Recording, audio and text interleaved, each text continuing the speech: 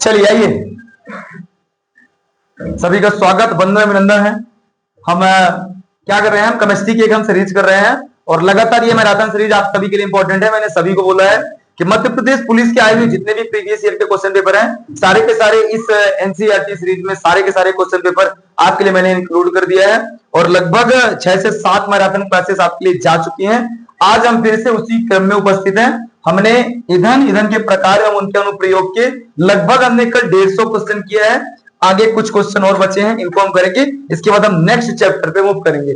मैं आपको बता देता हूं कि केमिस्ट्री के हमारे पास लगभग 3000, बायोलॉजी के लगभग 3 से 3200-3100 क्वेश्चन और इतने ही क्वेश्चन हमारे पास फिजिक्स के हैं, जो कि एनसीईआरटी बुक के हैं और सारे के सारे क्वेश्चन अपने आप में काफी ज्यादा इंपॉर्टेंट है।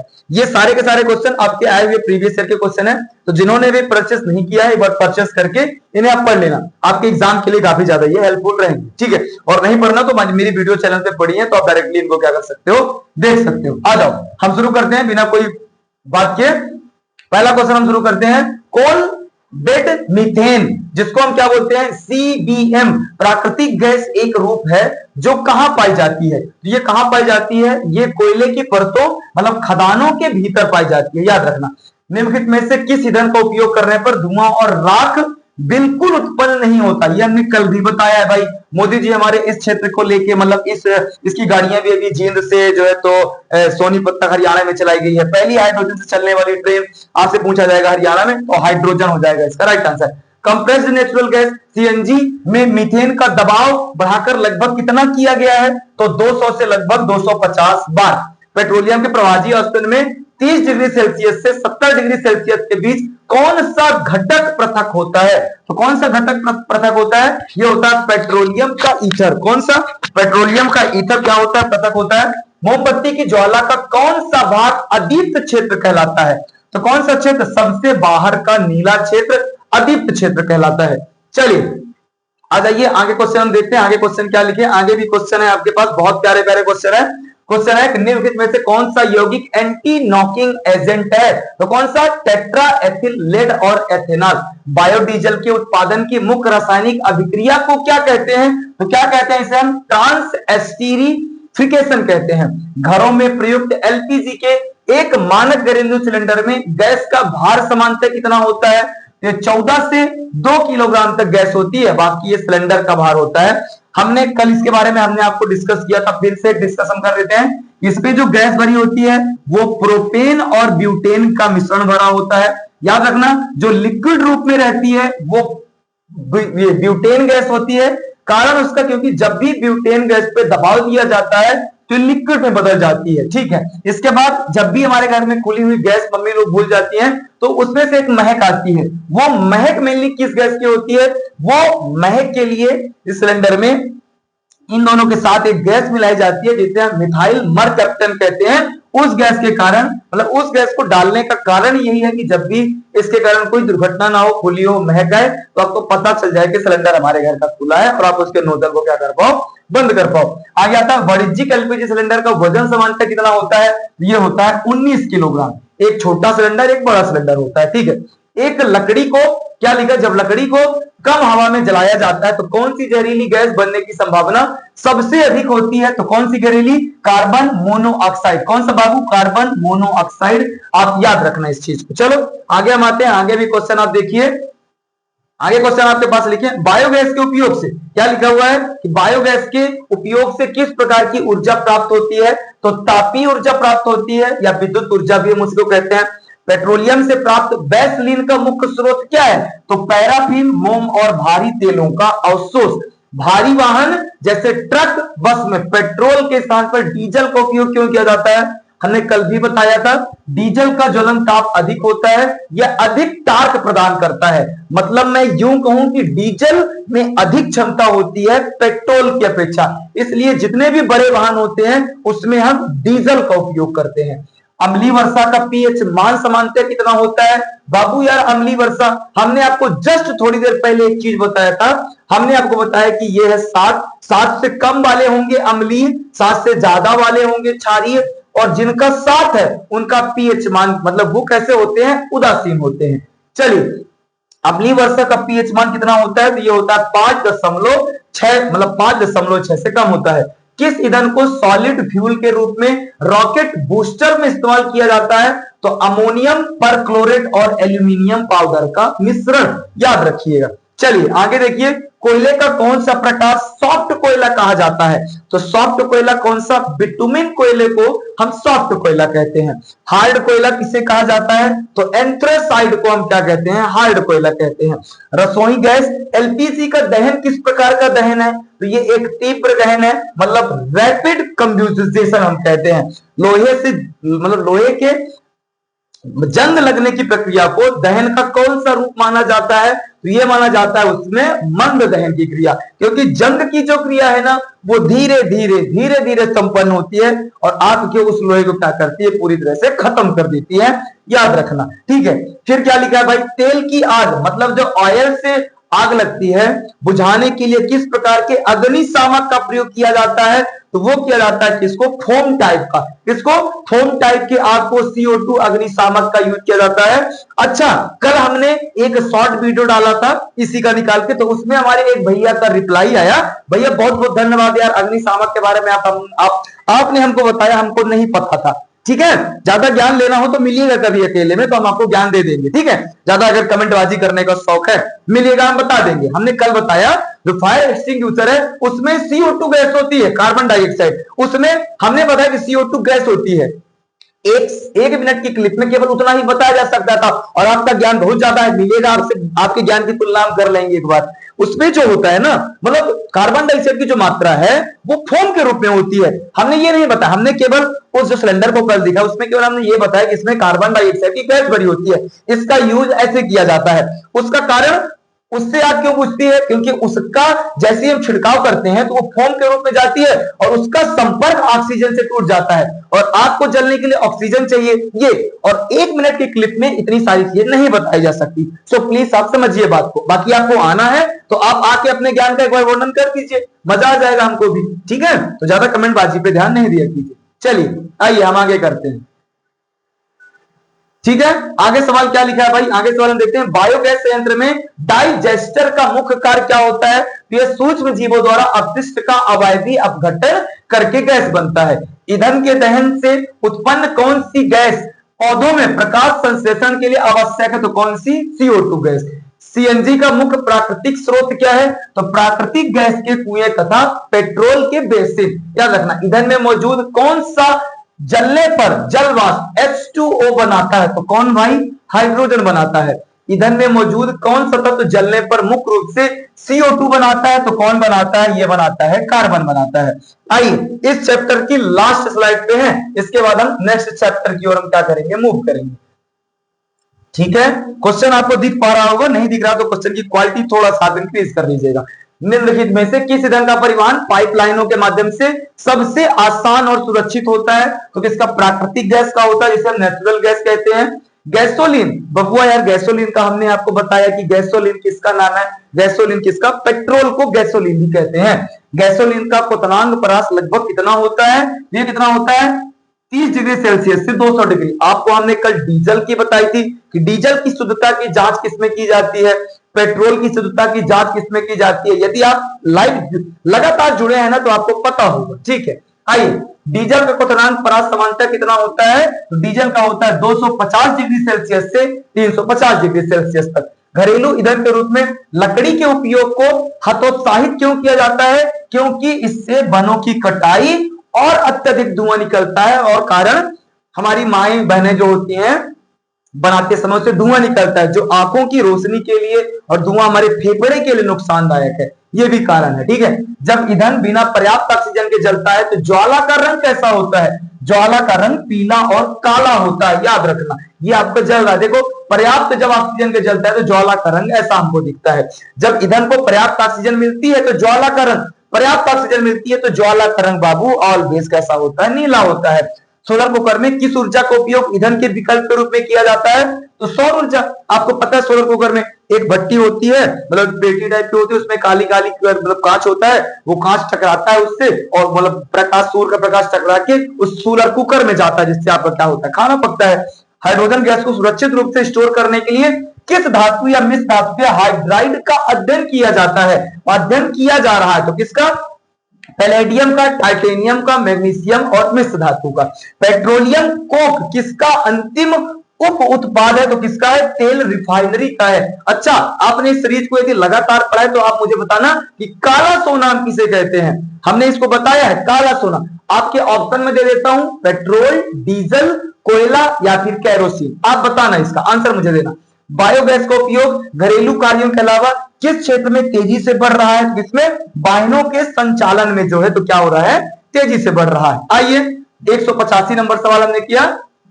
आगे हम सवाल करते हैं। आगे सवाल आपके स्क्रीन पे देखो, दिख रहे हैं कि कोयले के दहन से उत्पन्न कौन सा घटक वायुमंडल में फ्लाई ऐश के रूप में प्रदूषण फैलाता है? तो कौन सा होता है? बारीक राख के कण। कौन? तो बारीक राख के कण। फ्लाई ऐश का उपयोग किस उद्योग में सफलतापूर्वक किया जा रहा है? तो ईंट और सीमेंट उद्योग में किया जा रहा है। बायोगैस संयंत्र में गोबर और पानी का अनुपात समांतर कितना? मैंने आपको कल बताया था कि जितना गोबर उतना पानी, फिर बनेगी मेथेन गैस, और मेथेन गैस से आपका घर का क्या बनेगा? खाना। उसको हम क्या कहते हैं? बायोगैस कहते हैं। पेट्रोलियम में मौजूद सल्फर मतलब गंधक को रिफाइनरी में बाहर क्यों निकाला जाता है? कारण, ताकि ईंधन के जलने पर SO2 और का हानिकारक उत्सर्जन ना हो सके। भारत में वाहनों के उत्सर्जन मानक को किस नाम से जाना जाता है? तो भारत स्टेज कहते हैं उसको हम। ठीक है, आगे आइए। भारत स्टेज 6 ईंधनों में किस तत्व की मात्रा अत्यधिक कम ppm कर दी गई है? इसमें कर दी गई है सल्फर में बाबू। ईंधन के रूप में एथेनॉल का उत्पादन किस विधि द्वारा किया जाता है? तो शर्करा एवं स्टार्च के किण्वन विधि के द्वारा। ईंधन सेल में विद्युत ऊर्जा उत्पन्न करने के लिए किन दो गैसों की प्रतिक्रिया कराई जाती है? तो हाइड्रोजन और ऑक्सीजन की। ईंधन सेल की कार्यकुशलता की मुख्य विशेषता क्या है? यह बिना दहन किए रासायनिक ऊर्जा को सीधे विद्युत ऊर्जा में क्या करता है? बदल देता है। एलपीजी का मुख्य कार्य क्या है? आपको पता है कि घरों और व्यावसायिक प्रतिष्ठानों में भोजन पकाने एवं ऊष्मा उत्पन्न करने के लिए हम एलपीजी का फुल फॉर्म आपको पता है, लिक्विड पेट्रोलियम गैस होता है। कई चीजें हैं, धीरे धीरे हम सारी चीजें क्या करेंगे? कवर कर लेंगे। चलिए आगे क्वेश्चन हम देखते हैं। आगे क्वेश्चन क्या है आपके पास कि कोयले का कौन सा रूप सबसे कम प्रदूषण फैलाता है? तो एंथ्रेसाइट कोयला। ईंधन का ऊष्मीमान जितना अधिक होगा वह उतना ईंधन क्या होगा? श्रेष्ठ दक्ष माना जाता है। मोमबत्ती की ज्वाला में बिना जले कार्बन के कण किस क्षेत्र में पाए जाते हैं? तो दीप्त क्षेत्र में। निम्नलिखित में से कौन सा प्राथमिक ईंधन है? तो कौन सा? बिजली मतलब केरोसिन, ये प्राथमिक ईंधन होता है। ईंधन उनके आकार और अनुप्रयोग अध्ययन का मूल निष्कर्ष क्या है? तो क्या है? हमें अनवीकरणीय ईंधनों का सीमित उपयोग कर स्वच्छ व नवीकरणीय ईंधनों को अपनाना चाहिए। इसका कहने का मतलब यह है, मैंने कल आपको बताया था, एक होता है नवीकरणीय स्रोत, एक होता है अनवीकरणीय स्रोत। नवीकरणीय स्रोत इसको कहते हैं जिसका उत्पादन हम बार बार कर सकें, एक बार समाप्त हो उत्पादन हम कर लें, वो नवीकरणीय। अनवीकरणीय जिसका उत्पादन बार बार ना किया जा सके, वो अनवीकरणीय स्रोत कहलाता है। हमने इस चैप्टर के सारे क्वेश्चन कवर किए। हम पहुंचते हैं अगले क्वेश्चन पे। आ जाइए अगले टाइप पे। और अगला जो हमारा जो चैप्टर है, उस चैप्टर का नाम क्या है? आपके एग्जाम के लिए बहुत ज्यादा इंपॉर्टेंट है। चैप्टर का नाम है कार्बन की प्रकृति और सहसंयोजक आबंध। ये आपसे पूछा जाता है और हम इसके भी क्वेश्चन ट्राई करने का कोशिश करते हैं कि हम कितने क्वेश्चन कर पा रहे हैं। चलिए आइए, कार्बन की परमाणु संख्या कितनी होती है? आपने पढ़ा है 6 होती है। सॉरी, ठीक है। कार्बन की परमाणु संख्या कितनी होती है? 6 होती है। कार्बन की संयोजकता कितनी होती है? 4 होती है। बबुआ यार सुनो ना, कार्बन में 6 परमाणु होते हैं ना, 2 अगर अंदर बैठ गया तो बाहर कितने बचेंगे? 4 बचेंगे ना। अब उसको अष्टक पूरा करने के कितने चाहिए? 8, क्योंकि 2 8 का क्रम होता है तो 4 चाहिए। तो क्या हो जाएगा? कार्बन की संयोजकता कितनी हो जाएगी? 4 हो जाएगी। कार्बन अपने बाहरी कोश के इलेक्ट्रॉन पूरे करने के लिए किस प्रकार का आबंध बनाता है? तो यह बनाता है सहसंयोजी आबंध। हाइड्रोजन के एक अणु में कितने सहसंयोजी आबंध होते हैं? तो एक एकल आबंध होता है, याद रखना। ऑक्सीजन के एक अणु में 2 परमाणुओं के बीच कितने आबंध होते हैं? तो द्वि आबंध होता है। नाइट्रोजन अणु में कितने सहसंयोजी आबंध होते हैं? नाइट्रोजन का परमाणु क्रमांक बताओ ना बच्चवा, 7 होता है ना, याद रखना। तो नाइट्रोजन परमाणु कितने सहसंयोजी आबंध बनते हैं? तो 3 सहसंयोजी, मतलब ट्रिपल बॉन्ड बनता है उसमें, याद रखना। ठीक है, चलो भाई आगे हम आते हैं। आगे भी क्वेश्चन हम देखते हैं। ठीक है भाई, लिखा है, क्या लिखा है, अमोनिया, अमोनिया लिखा है भाई, कैसे लिख देते हो, अमोनिया ही, अमोनिया। NH3 के एक अणु में कुल कितने एकल आबंध होते हैं, तो 3 आबंध होते हैं। लिखा है जल, जल का सूत्र होता है H2O के अणु में कौन सा मुख्य रासायनिक आबंध पाया जाता है, तो सहसंयोजी आबंध। कार्बन का कौन सा गुण इसे इतनी बड़ी संख्या में यौगिक बनाने में मदद करता है, तो कौन सा बाबू मदद करता है, कि टेंशन श्रृंखलन और चतुर, मतलब दोनों, सी आंसर इसका हो जाएगा। कार्बन परमाणुओं के बीच सीधी शाखित या चक्रीय श्रृंखला बनाने की अनोखी क्षमता को क्या कहते हैं, जिसे क्या कहते हैं, सूखलन कहते हैं, याद रखना। सहसंयोजी यौगिकों के गलनांक और क्वथनांक समानतः कैसे होते हैं, तो समानतः कैसे होते हैं, कम होते हैं भाई। सहसंयोजी यौगिक विद्युत के क्या होते हैं, तो विद्युत के ये होते हैं कुचालक।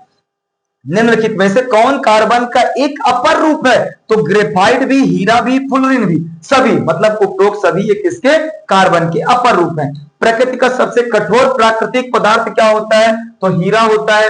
अधातु होने के बावजूद ग्रेफाइट विद्युत का सुचालक क्यों होता है, कारण इसमें इसमें जो है तो मुक्त इलेक्ट्रॉन होते हैं। ठीक है, आइए आगे करते हैं। ठीक है, आगे क्वेश्चन हम देखते हैं। आगे क्वेश्चन क्या है कि फुलरिन की संरचना किस खेल की गेंद जैसी दिखाई देती है, तो फुटबॉल के जैसी। हीरे में प्रत्येक कार्बन परमाणु कितने अन्य कार्बन परमाणुओं से त्रिविमीय रूप से जुड़ा होता है, तो 4। ग्रेफाइट में कार्बन की परतें एक दूसरे से किस कमजोर बल द्वारा जुड़ी होती हैं, तो वान डर वाल्स बल के द्वारा। मीथेन CH4 में कुल कितने सहसंयोजी आबंध मौजूद होते हैं, तो 4। कार्बन डाइऑक्साइड अणु की संरचना में कुल कितने द्विआबंध होते हैं, तो 2। भूपर्पट्टी में खनिजों के रूप में कार्बन कितने प्रतिशत मौजूद होता है, तो 0.02%। याद रखना, वायुमंडल में कार्बन डाइऑक्साइड के रूप में कार्बन का परसेंट कितना होता है, तो 0.03 से 0.04%। एथीन मतलब C2H4 में कार्बन परमाणुओं के बीच कौन सा आबंध, मतलब कार्बन और कार्बन परमाणुओं के बीच कौन सा आबंध होता है, ये होता है द्विआबंध। याद रखना, मतलब double bond. Ethyne, ethyne C2H2 कुल सहसंयोजी आबंधों की संख्या कितनी होती है, तो कितनी होती है, इसमें 5 होती है। 3 कार्बन कार्बन के बीच और 2 होती है कार्बन हाइड्रोजन के बीच। याद रखना, लिखने वाली पेंसिल का लेड किसका बना होता है, ये बना होता है ग्रेफाइट का। याद रखना, 25 क्वेश्चन हमने किया। आगे हम सीरीज पे आते हैं। आगे सीरीज देखना है आपको।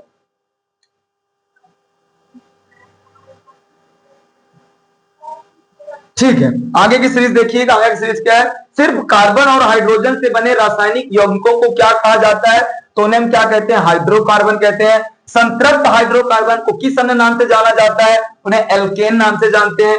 एल्केन श्रेणी का सामान्य रासायनिक सूत्र क्या होता है, तो CnH2n+2। असंतृप्त हाइड्रोकार्बन जिनमें कम से कम द्विआबंध होता है क्या कहलाते हैं, एल्कीन कहलाते हैं। एल्कीन श्रेणी का सामान्य सूत्र क्या होता है, तो एल्कीन श्रेणी का होता है CN और H2n। ये कई बार पूछा जाता है। एल्काइन श्रेणी का सामान्य सूत्र मैंने अभी वो किसका बताया, आपको एल्कीन का बताया। अभी इधर आप देख लो किसका, ये एल्केन का, ये एल्कीन बताया, वो एल्कीन बताया। अभी आ गया एल्काइन, तो एल्काइन का क्या होता है, CnH2n-2। मेथेन किस हाइड्रोकार्बन श्रेणी का सबसे, मतलब श्रेणी का प्रथम सबसे पहला सदस्य है, तो किसका है, एल्केन श्रेणी का। मेथेन एन लगा हो तो एल्केन श्रेणी का।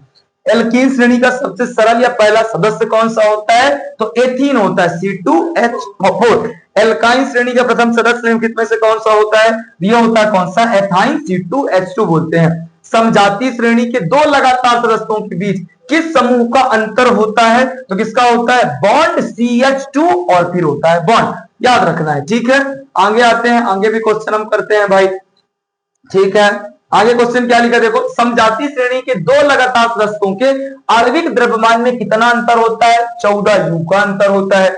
निम्नलिखित में से कौन सा एक संतृप्त हाइड्रोकार्बन है, तो कौन सा है, C4H10। कौन सा, C4H10 मतलब ब्यूटेन। निम्नलिखित में से असंतृप्त यौगिक को पहचानिए, तो प्रोपेन होता है। बेंजीन का सही रासायनिक सूत्र क्या होता है, C6H6। ठीक है, बेंजीन किस प्रकार का हाइड्रोकार्बन माना जाता है, तो एरोमेटिक। कैसा, एरोमेटिक मतलब चक्रीय संतृप्त माना जाता है।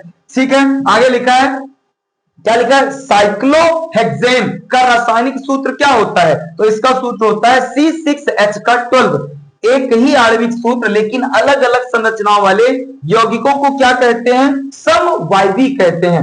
ब्यूटेन के कुल कितने संरचनात्मक अवयवी संभव हैं, तो ब्यूटेन के 2, ब्यूटेन और आइसोब्यूटेन। पेंटेन C5H12 के कुल कितने समवायवी होते हैं, ये होते हैं 3, पेंटेन, आइसोपेंटेन और नियोपेंटेन। क्लोरोप्रोपेन में उपस्थित परमाणु, विषम परमाणु कौन सा होता है, तो वो होता है कौन सा, क्लोरीन। ठीक है, आगे हम आते हैं और बस कुछ क्वेश्चन और करेंगे हम। आज ज्यादा लंबी वीडियो नहीं होगी, आज बस शॉर्ट वीडियो बनाएंगे हम। घरों में इस्तेमाल होने वाली रसोई गैस का मुख्य घटक क्या होता है, तो वो होता है ब्यूटेन। ब्यूटेन और प्रोपेन का मिश्रण है दिया, तो वो आंसर हो जाएगा। सीएनजी का मुख्य घटक क्या होता है, मैंने आपको बताया था मीथेन। प्राकृतिक गैस मुख्य रूप से कौन सी गैस पाई जाती है, मीथेन। बायोगैस गोबर गैस का मुख्य घटक क्या है, तो मीथेन है। और हाइड्रोकार्बन, वे हाइड्रोकार्बन जो वायु में बिना धुएं के नीली और स्वच्छ ज्वाला के साथ जलते हैं, वे समानतः क्या होते हैं, संतृप्त हाइड्रोकार्बन होते हैं। ठीक है, आ जाइए अगले कुछ और सवाल हम करते हैं। लगभग हमने 100 सवालों को हमने लगता है क्रॉस कर लिया है। ठीक है, और सवाल हम करते हैं। ठीक है, एल्कोहल, क्या लिखा, एल्कोहल प्रकार्यात्मक समूह का संकेत निम्नलिखित में से क्या है, तो OH, बॉन्ड OH होता है। एल्डिहाइड समूह का प्रकार्यात्मक सूत्र क्या होता है, तो बॉन्ड CHO होता है। याद रखना, ये ऐसा ही बहुत बार पूछा जाता है एग्जाम में आपके। कार्बोक्सिलिक अम्ल मतलब कार्बोक्सिलिक एसिड का प्रकार्यात्मक समूह क्या होता है, तो बॉन्ड COOH होता है। कीटोन प्रकार्यात्मक समूह का संकेत क्या होता है, तो बड़ा होगा C=O के। IUPAC नामकरण में एल्कोहल श्रेणी के लिए किस अनुक्रम का उपयोग किया जाता है, तो ऑल का उपयोग, बॉन्ड ऑल का उपयोग किया जाता है। ठीक है, CH3CO का IUPAC नाम क्या है, तो आपको याद रखना है ये मेथेनॉल का नाम होता है। CH3OH मेथेनॉल होता है। वुड स्प्रिट किस एल्कोहल को कहा जाता है, तो ये मेथेनॉल को। यह बेहद क्या होता है, जहरीला होता है। साधारण शराब में मुख्य रूप से कौन सा एल्कोहल होता है, एथेनॉल होता है।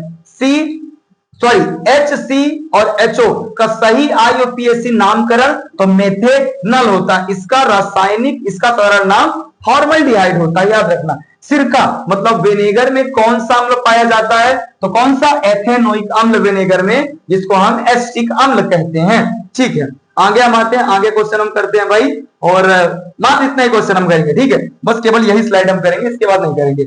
एथेनोइक अम्ल का रासायनिक सूत्र क्या होता है, तो CH3COOH होता है। चींटी के डंक में कौन सा अम्ल मौजूद होता है, तो जो जलन पैदा करता है, मेथेनोइक अम्ल होता है, जिसे हम फार्मिक अम्ल भी कहते हैं। इसका सरल नाम फार्मिक अम्ल है। कीटोन श्रेणी का सबसे सरल या पहला सदस्य कौन सा होता है, तो प्रोपेनॉन होता है। कीटोन बनाने के लिए कम से कम 3 कार्बन परमाणु जरूरी हैं। प्रोपेनॉन साधारण नाम एसीटोन का रासायनिक सूत्र क्या है, CH3 फिर COCH3, याद रखना। नेल पॉलिश रिमूवर जो लिक्विड जैसा होता है ना, नेल पॉलिश आप मिटाते हो, मुख्य रूप से किसका बना होता है, तो वो प्रोपेनॉन का, जिसे हम एसीटोन कहते हैं। क्लोरोएथेन का सही रासायनिक सूत्र क्या होता है, तो C2H5Cl होता है।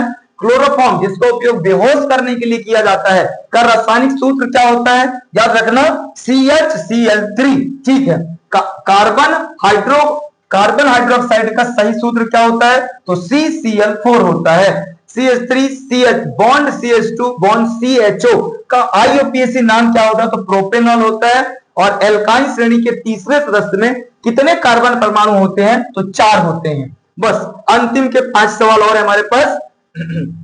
लिखा हुआ है कि एस्टर समूह का प्रकार्यात्मक सूत्र क्या होता है, तो बॉन्ड COO बॉन्ड होता है। एथिल एथेनोइड किस रासायनिक श्रेणी का यौगिक है, ये एस्टर श्रेणी का है।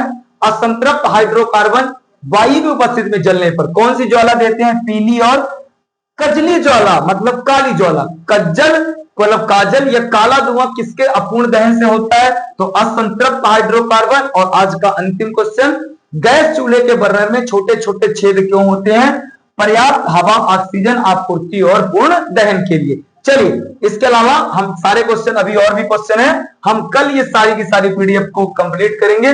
अभी बहुत से क्वेश्चन है, ठीक है, तो सारे के सारे हम क्वेश्चन कल करने वाले हैं। अभी जितने क्वेश्चन हमने किया उतने ही क्वेश्चन करेंगे, आगे के क्वेश्चन हम कल सॉल्व करेंगे। ठीक है, वीडियो कैसी लगती है लाइक करना और इस सीरीज से कंटिन्यू जुड़ जाओ। Thank you so much.